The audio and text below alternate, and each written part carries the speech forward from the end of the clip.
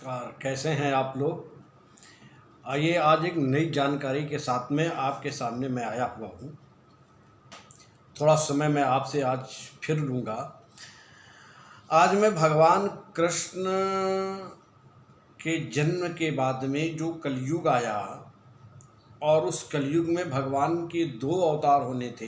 एक अवतार हो चुका है और एक अवतार भगवान का कल के अवतार होने वाला है। वो कहाँ होगा, कब होगा और वो अवतार कैसा होगा, उनका समय कितने दिन तक रहेगा, आदि सारी बातों की जानकारी आज मैं आपको पुराण के माध्यम से दे रहा हूँ।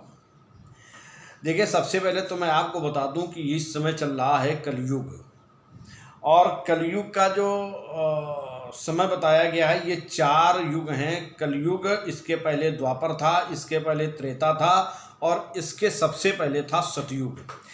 कलयुग की आयु के विषय में कहा गया है ये 4,32,000 वर्ष का कलयुग है। इससे दुगुना द्वापर होता है, यानी द्वापर की आयु 8,64,000 वर्ष है। इससे कलयुग से तिगुना त्रेता है, यानी त्रेता की आयु है 12,96,000 वर्ष। और इससे चौगुना सतयुग होता है, यानी सतयुग की आयु है 17,28,000 वर्ष।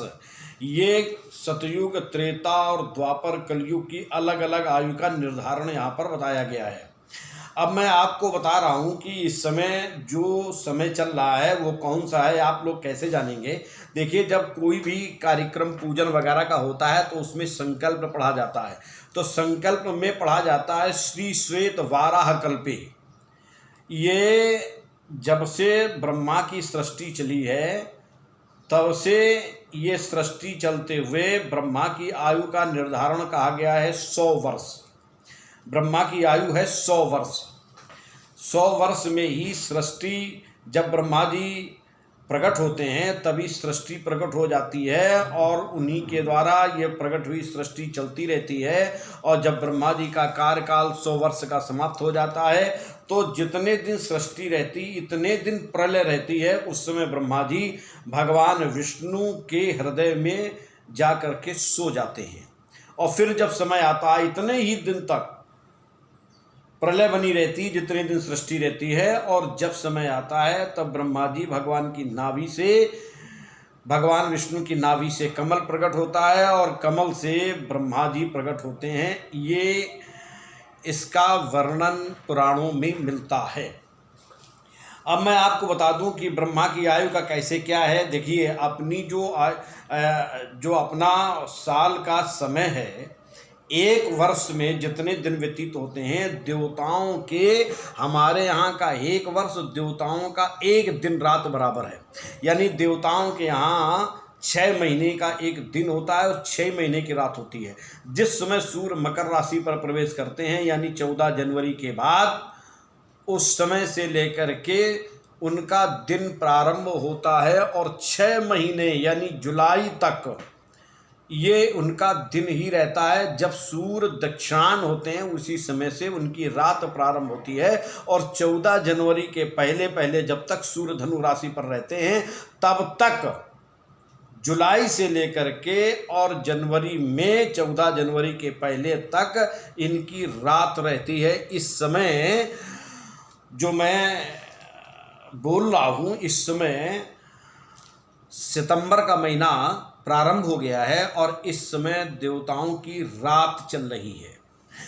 देखिए, ये इसलिए ऐसा होता है क्योंकि हमारे ऊपर जो देवता हैं और देवताओं के ऊपर जो जो लोग हैं उनके अलग अलग समय दिए गए हैं। देवता से ऊपर पितर लोग हैं जो हमारे यहाँ के पूर्वज रहते हैं, उनके समय में भी देवताओं से उनमें अंतर होता है। उसके ऊपर सिद्ध लोग रहते हैं, उसके ऊपर सप्तर्षि लोग रहते हैं, इसके ऊपर ध्रुव लोग हैं जो हमारे ध्रुव जी जहाँ निवास करते हैं, और उसके ऊपर ब्रह्म लोग है। ये अपने ब्रह्मांड के अंदर ही इतना है। यानी इस ब्रह्मांड में 14 भुवन हैं, 7 नीचे हैं धरती से और 7 ऊपर हैं। अतल, वितल, सुतल, महातल, तलातल, रसातल, पाताल, और ऊपर है भूलोक, भुआलोक, स्वालोक, महालोक, जनलोक, तपलोक, सत्यलोक। यानी जो ब्रह्म लोक है उस ये ब्रह्मांड की चोटी है।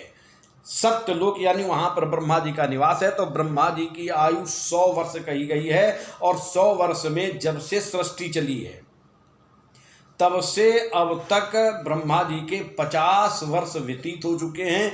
91वां वर्ष चल रहा है और इस ब्रह्मलोक से ऊपर अलग बहुत ऊंचाई पर वैकुंठ लोक है। और वो ऐसा है, देखिए, ब्रह्मलोक तक जाने वाला व्यक्ति तो दोबारा धरती पर जन्म लेता है, कहीं पर भी जाएगा दोबारा धरती पर आएगा, लेकिन जो ब्रह्मलोक की सीमा को पार करके वैकुंठ में चला जाता है उसके लिए लिखते हैं यत्र गत्वा न निवर्तन्ते तद्धाम परमम मम। जहाँ जा करके जीव कभी वापस नहीं आता है वो ईश्वर का परम धाम है, यानी वैकुंठ है। वैकुंठम, भागवत जी का श्लोक है, वैकुंठम योग दुर्लभम। ये वैकुंठ बड़े बड़े योगियों के लिए भी दुर्लभ कहा गया है।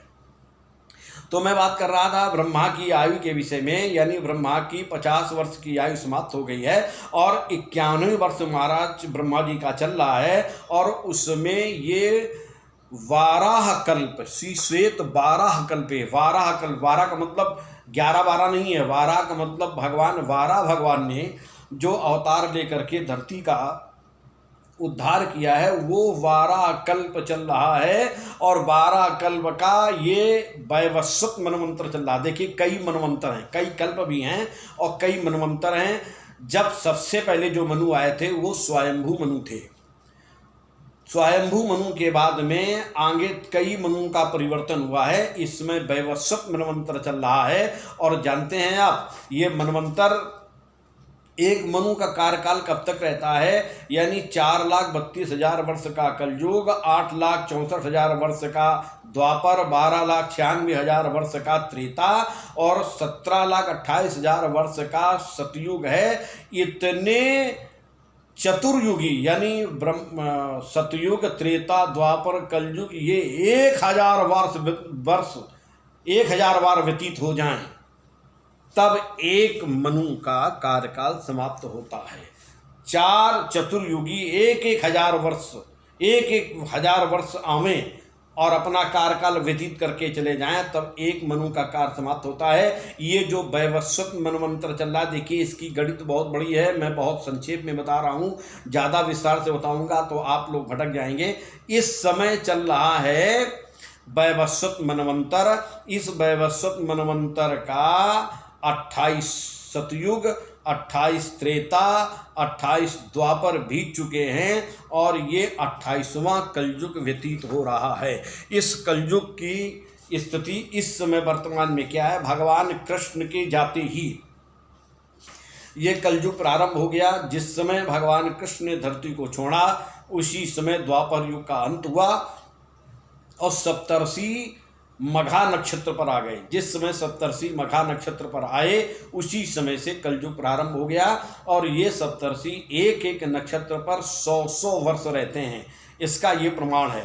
उस समय व्यास जी ने महाराज परीक्षित को कहा था, जिस समय परीक्षित जी प्रथम राजा हुए थे कलयुग के, उनसे उन्होंने कहा था कि हे राजन, तुम जब पैदा हुए थे उस समय भी सप्तर्षि मघा नक्षत्र पर थे और आज तुम्हारी मृत्यु होने जा रही है तब भी सप्तर्षि अभी भी मघा नक्षत्र पर हैं। इसका मतलब तुमने 100 वर्ष का समय व्यतीत नहीं किया है, इसके पहले ही तुम्हारी मृत्यु हो रही है। और जब ये सप्तर्षि उत्तराखाड़ नक्षत्र पर जाएंगे तब तक 1,000 वर्ष का समय व्यतीत हो चुका होगा और उस समय एक चाणक्य नाम का व्यक्ति पैदा होगा। तभी से कलयुग अपनी रफ्तार को पकड़ेगा, अपनी गति को पकड़ेगा।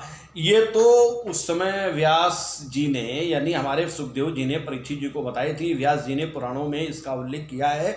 अब मैं आपको ये बता दूं कि भगवान के 24 अवतार बताए गए हैं। 24 अवतार में एक अवतार केवल बाकी रहा है, बाकी 23 अवतार हो चुके हैं।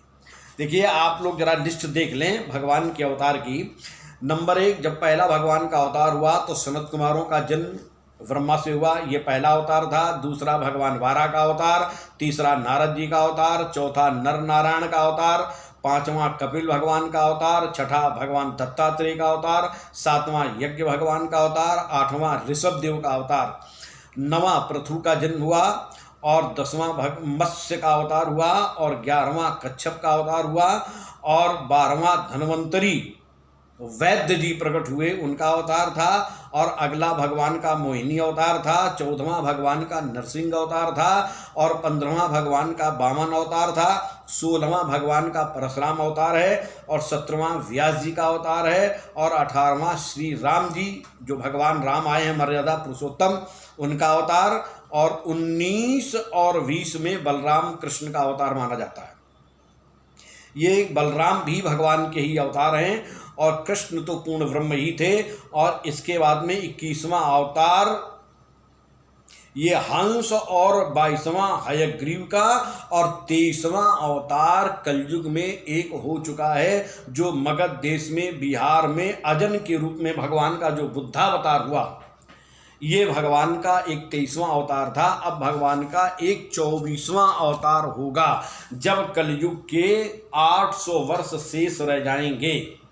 उस समय उत्तर प्रदेश के बरेली मुरादाबाद के संभलपुर गांव में विष्णु यश ब्राह्मण के यहाँ कुमारी कन्या से भगवान का कलंकी अवतार होगा।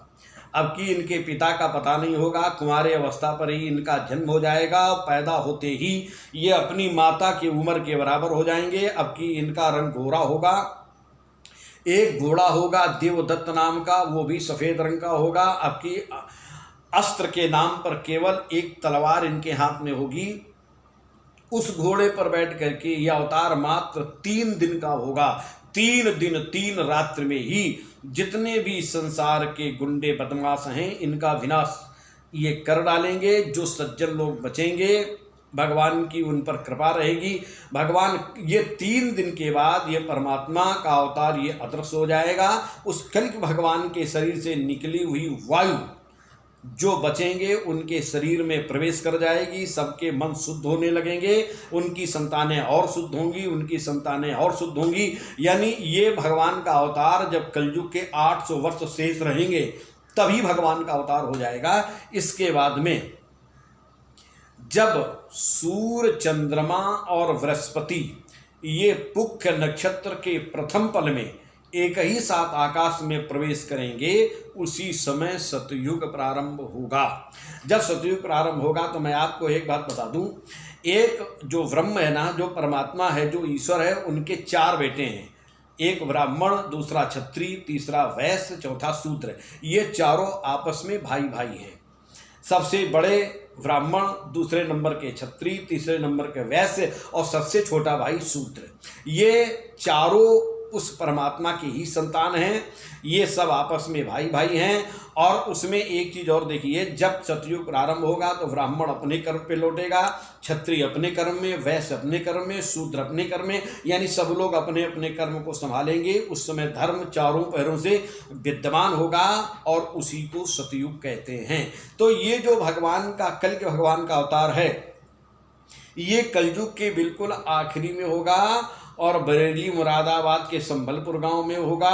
विष्णु यश ब्राह्मण के यहाँ होगा, कुमारी कन्या से होगा। ऐसा भगवान का अवतार मात्र 3 दिन का होगा, जिसकी वर्णन, जिसकी चर्चा मैंने आपके सामने की है। और अब इसके साथ में आगे की जानकारी मैं ऐसे ही आपको ले करके आता रहूँगा, और कृपया आप लोग ऐसे ही मेरे से जुड़े रहें। बहुत बहुत धन्यवाद। तब तक के लिए अब मैं अपनी वाणी को विराम करता हूँ। नमस्कार।